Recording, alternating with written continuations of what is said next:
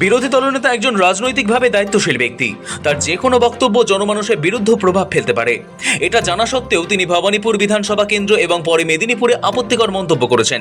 অভিযোগনামায় মামলাকারী জানান, শুভেন্দু অধিকারী ধর্মনিরপেক্ষতা নিপাত যাক, নাস্তিকতা নিপাত যাকের মতো মন্তব্য করেন ভবানীপুর এবং মেদিনীপুরে।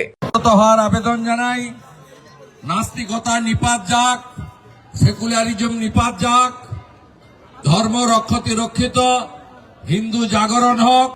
তারই বিরুদ্ধে হাইকোর্টে মামলা দায়ের করে শুভেন্দু অধিকারীর প্রার্থীপদ খারিজের আবেদন জানানো হয়েছিল। তবে তা খারিজ করে দিল কলকাতা হাইকোর্ট। প্রধান বিচারপতি সুজয় পাল এবং বিচারপতি পার্থসারথী সেনের ডিভিশন বেঞ্চ স্পষ্ট জানিয়ে দেন, মামলাটি গ্রহণযোগ্য নয়। সংবিধানের ঠিক কোন ধারার ভিত্তিতে এই আবেদন জানানো হয়েছে তা স্পষ্ট করতে না পারায় মামলাটি খারিজ করা হয়েছে। কি ছিল অভিযোগ? মামলাকারীর অভিযোগ ছিল, একজন দায়িত্বশীল রাজনৈতিক নেতা হিসেবে শুভেন্দু অধিকারীর প্রতিটি মন্তব্যের প্রভাব জনমানুষে অত্যন্ত গভীর। তিনি জেনে বুঝে এই ভবানীপুর বিধানসভা কেন্দ্র এবং পরে মেদিনীপুরের সভায় উস্কানিমূলক মন্তব্য করেছেন।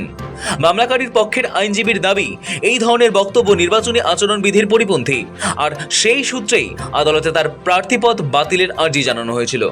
কেন খারিজ করল উচ্চ আদালত? সোমবার শুনানির সময় প্রধান বিচারপতি সুজয় পাল ও বিচারপতি পার্থসারথী সেনের ডিভিশন বেঞ্চ মামলাকারীর কাছে জানতে চায়, ঠিক কোন সাংবিধানিক ধারার উল্লেখ করে এই প্রার্থীপদ বাতিলের আবেদন জানানো হয়েছে। কিন্তু মামলাকারীর আইনজীবীরা এই প্রশ্নের কোনো সদুত্তর দিতে পারেননি।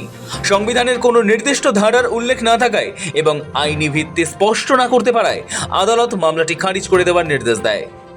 তাৎপর্যপূর্ণ বিষয় হলো, এবারের নির্বাচনে একমাত্র শুভেন্দু অধিকারী একসঙ্গে দুটি বিধানসভা কেন্দ্র থেকে প্রতিদ্বন্দ্বিতা করছেন।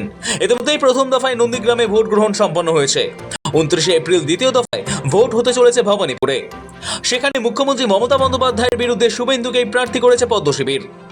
এদিকে প্রার্থীপদ খারিজের আবেদন আদালত খারিজ করে দেওয়ায় ভোটের আগে স্বস্তিতে ভবানীপুরের বিজেপি প্রার্থী শুভেন্দু অধিকারী।